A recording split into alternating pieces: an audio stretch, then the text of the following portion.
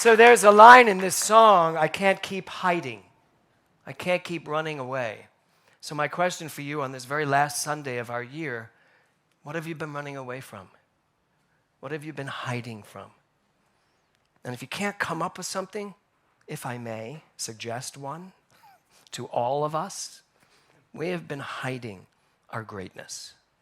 We have been hiding our greatness on demand. We have been hiding our God selves. And we've been running away from it. Not just hiding it, but it shows up when we run away. There's a woman, I talked to my aunt today, who I wasn't expecting to talk about her, but I'm very close to her. She's like my mother. Her name's Jerry, and she has cancer, and she's been fighting it for a long time.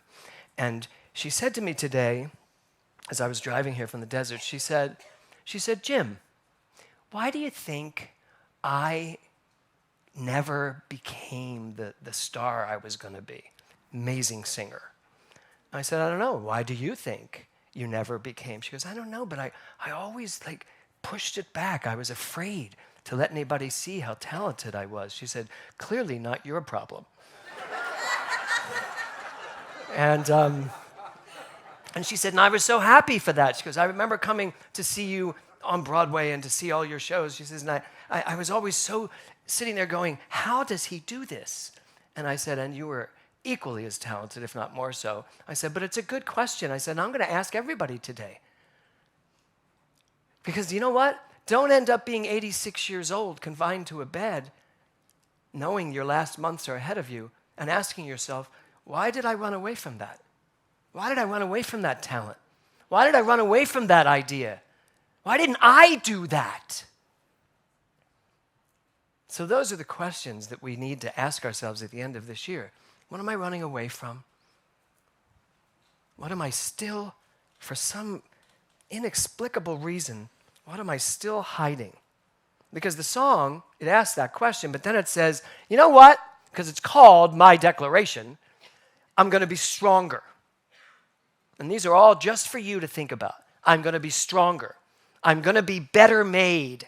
Now, that doesn't mean that you're going to suddenly make yourself better. You are brilliant and perfect right now, right the way you are. But what you make out of it is yours to do.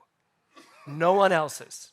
You can be the most brilliant talent in the world, and if you hide it under a bushel, no one gets to see it. And if you don't go out and cultivate it, and not be afraid of the many failures that show up in life. Failure does not mean the end of anything.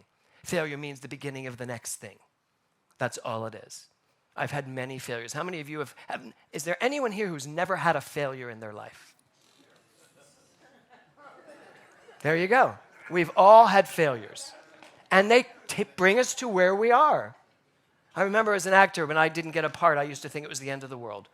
First I thought, how dare they? I did. I always had that feeling like, really? Who did you hire?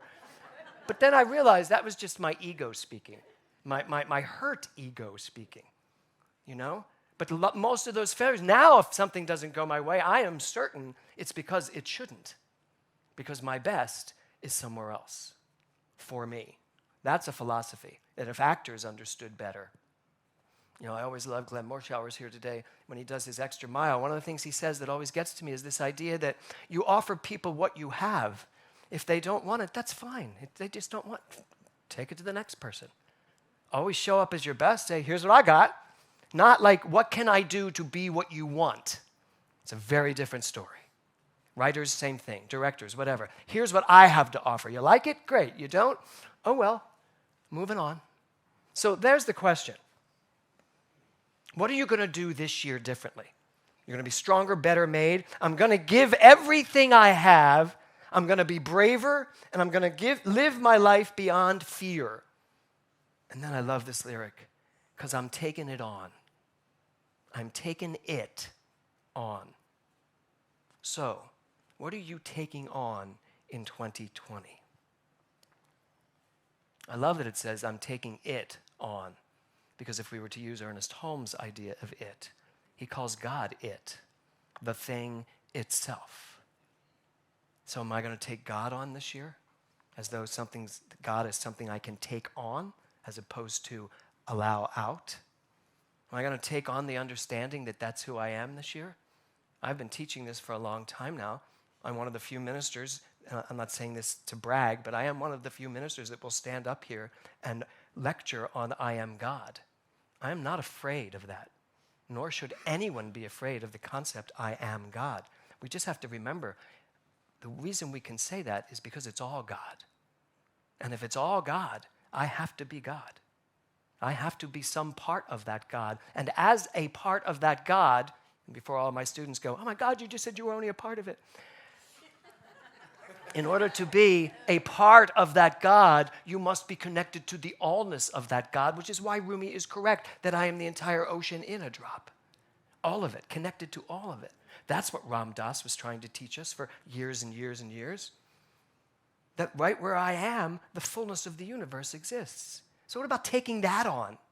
How can I be less than if I take that on as who I am, as my true identity? How can I be less? How can I let any kind of failure slow me down when I really understand what that is? It's just the perfect culmination of that particular journey, and now here we go. Here's the next one. John Livesey knows this better than most. You go to do this brilliant, brilliant job, and then when that no longer serves us, we move on to something else. Now John, instead of being this big honcho at Condé Nast, he's a big honcho in the world, giving lectures, helping people understand that very thing. Right? So, you'll love this. My computer keeps turning off, and I keep turning it back on. There's a lesson in that. I could just give up on the computer, but no, I'm going to keep turning it back on to see what I'm saying next. No, because I'm going to the Ram Dass quote, and I don't have it memorized. So, here's a great Ram Dass quote. Our problem is that we are all too busy holding on to our unworthiness. Right? I love when I hear, But it makes sense, doesn't it? We are spending so much time holding on to our unworthiness. And don't take the word unworthiness and turn it into anything other than we are holding on to anything that stops us from being who we are. Because that's what unworthiness is. It means for some reason, in some crazy world, I've decided somebody else is more worthy than I am. That's not true. No one is more worthy than you right where you sit. No one is more worthy than you right where you sit.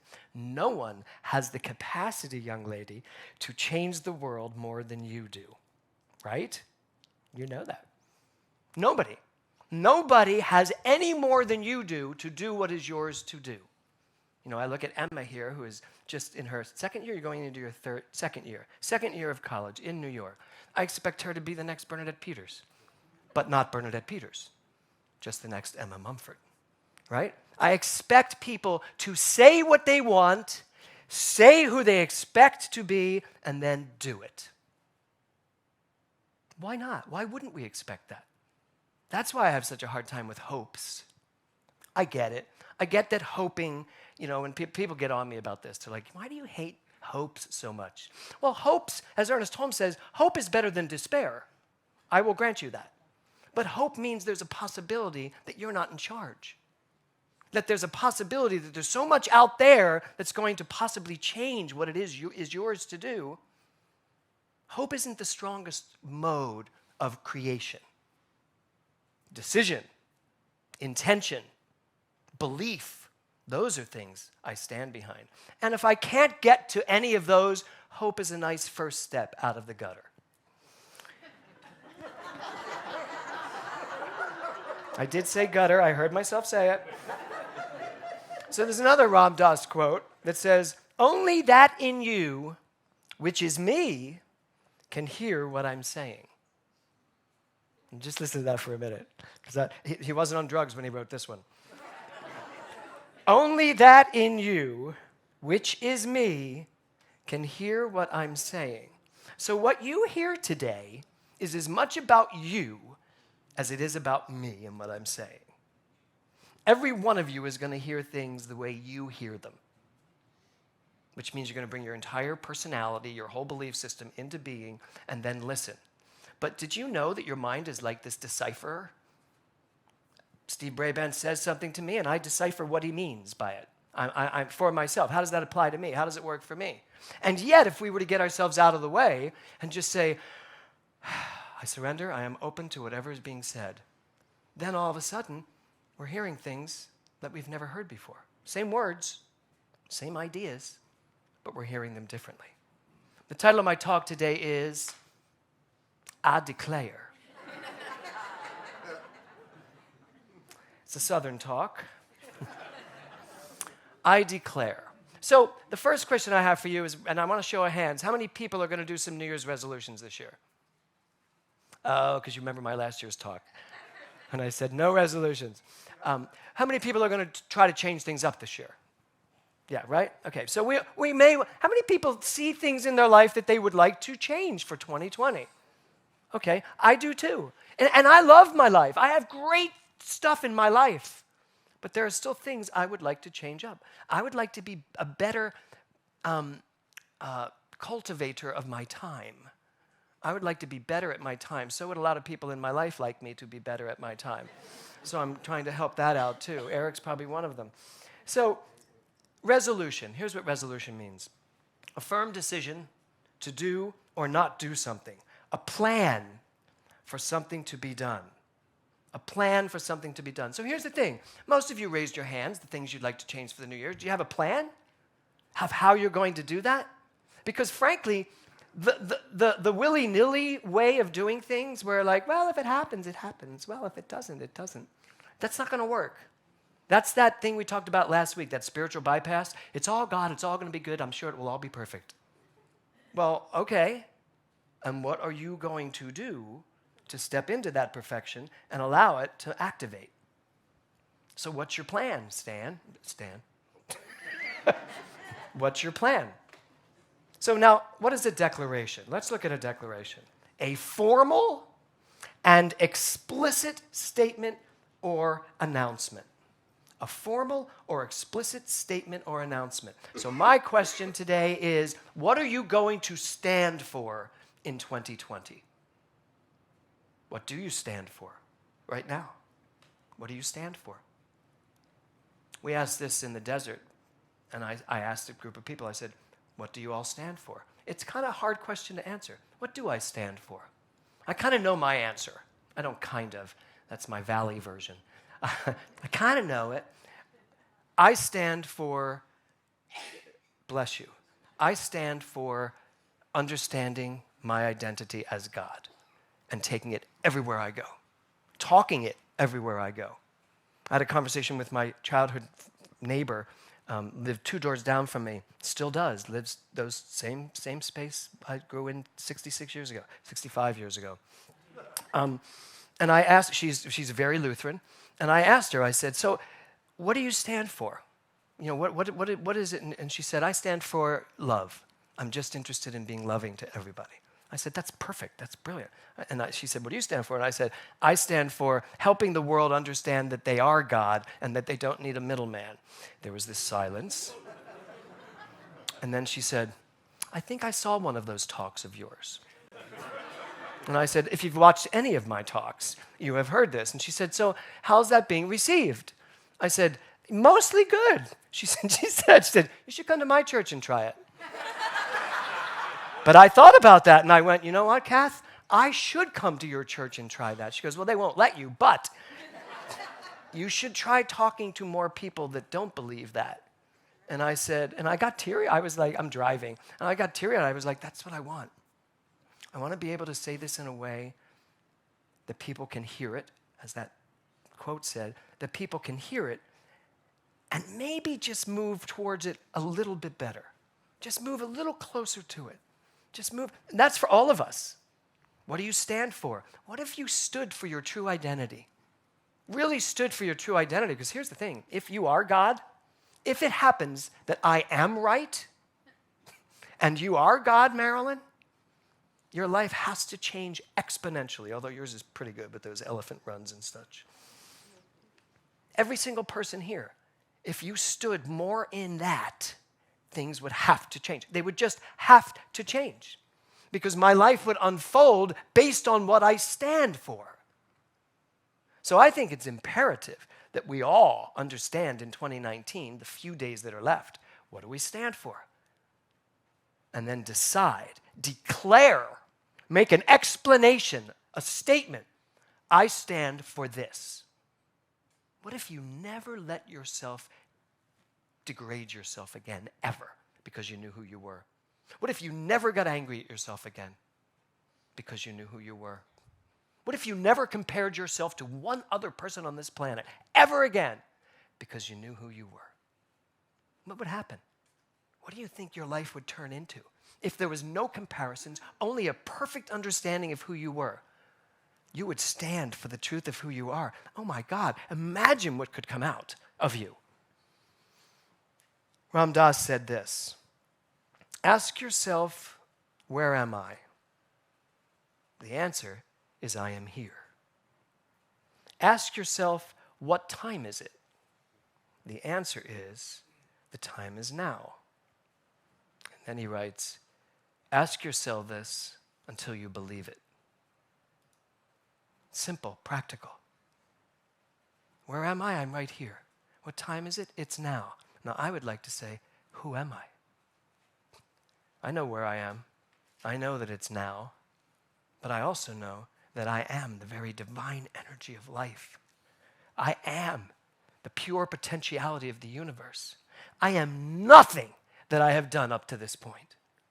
I don't get any of the benefits from it, and I don't get any of the negatives from it. None of that has any bearing on this moment, who I am. That's what I stand for. And the moment we can get so clear about that nothing else can challenge it, I guarantee you this next decade is going to be unlike any decade any of us have lived before.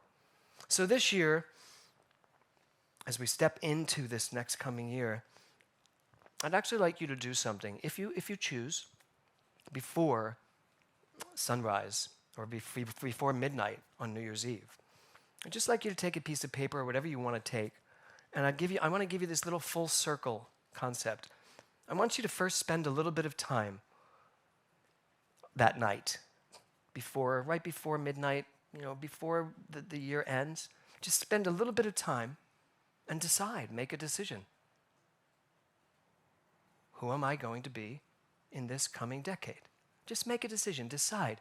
Write whatever you want to write about it. Decide what it's going to be, make a decision. So that's the thinking process. So first think it, then decide it, then write it down. So you've just done 3 things. You've thought about it, you've made a decision, and you've written it down. There's 3 things. And then I want you to read it out loud. Because when you read it out loud, you're going to have to hear it. And then when you hear it, you're going to have to think about it again. And then make the declaration. So there you go. Get a piece of paper, and you think about what you want different in your life. You think about, what do you stand for? What do I stand for? What am I going to stand in? Come hell or high water, no matter what am I going to stand in? You think about it, and you make a decision. And if mine is that I will stand in my God self regardless, write it down. Decide what it is, write it down. So you've thought it, you've decided on it, you've written it down, and then you read it out loud so that you hear it. It's this full circle. Now I'm going to hear it again. I am going to stand in my God self no matter what. So that when something comes along that clearly says to me, not so much God today, huh? Yeah, that's not so godlike, is it? I'm going to be able to say, yes, it is. I know who I am. Because that's what I'm standing for. So think it, decide it, write it down, read it out loud, hear it, and then think about it again. And then make your declaration. And I do mean declaration. Be able to literally stand up and exclaim what it is you have decided. We are powerful beings. Our minds create our entire life. So why not use our minds at the end of this year to step into this new year? You in? Yes. I think it'll be fun. Even if you're at some wacko party, and everybody's going crazy. Go in the bathroom. Sit down, and grab a piece of paper, bring it with you. Or, no, don't record it. Well, you have to play it back to yourself then. However you choose to do it, but do it with that circuituity. I think that's the word I wanted. So, once all of this happens, and if you're able to do this and you choose to do this, then the last thing I'd like to say is this. There are a lot of resolutions in life. There are a lot of declarations in life. There are a lot of things we decide we're going to do. We're going to give up. We're going to be this. I'm going to be more this. I'm going to be stronger. I'm going to be better made. Now I want you to look at that word in there. I'm going to be. I'm going to be better made. I'm going to be brave. I'm going to be all of this. It's time to stop being the group of gonna-bees. It is time to start being the people that live it, moment by moment by moment. And so once you do all that work and you make your declaration, your next advance for yourself is to live it, to truly live it. Give people around you, the ones you really trust, permission to point it out if you're not. Give people that you love, people that respect you enough to do it in a way that you won't want to deck them, to be able to say to you, I know you're better than this. I know you're bigger than this. Because you know what? It does take a village. And it does take all of us to know what one another has. If you recall, I started this talk by telling you all have everything you need to create the exact life you want. I know that. And if I see you not living it, I will make it my business to very lovingly and politely let you know that that's not exactly what's going on. And I would like you to do the same to me. Not all at once, because I do give very relatively few people the opportunity to do that for me. And I have my special people who can tell me that and are willing to tell me that often, as much as I need it. So that's the great community we can be. I see your God, and I know you see my God. So let's see more of it in 2020. Namaste.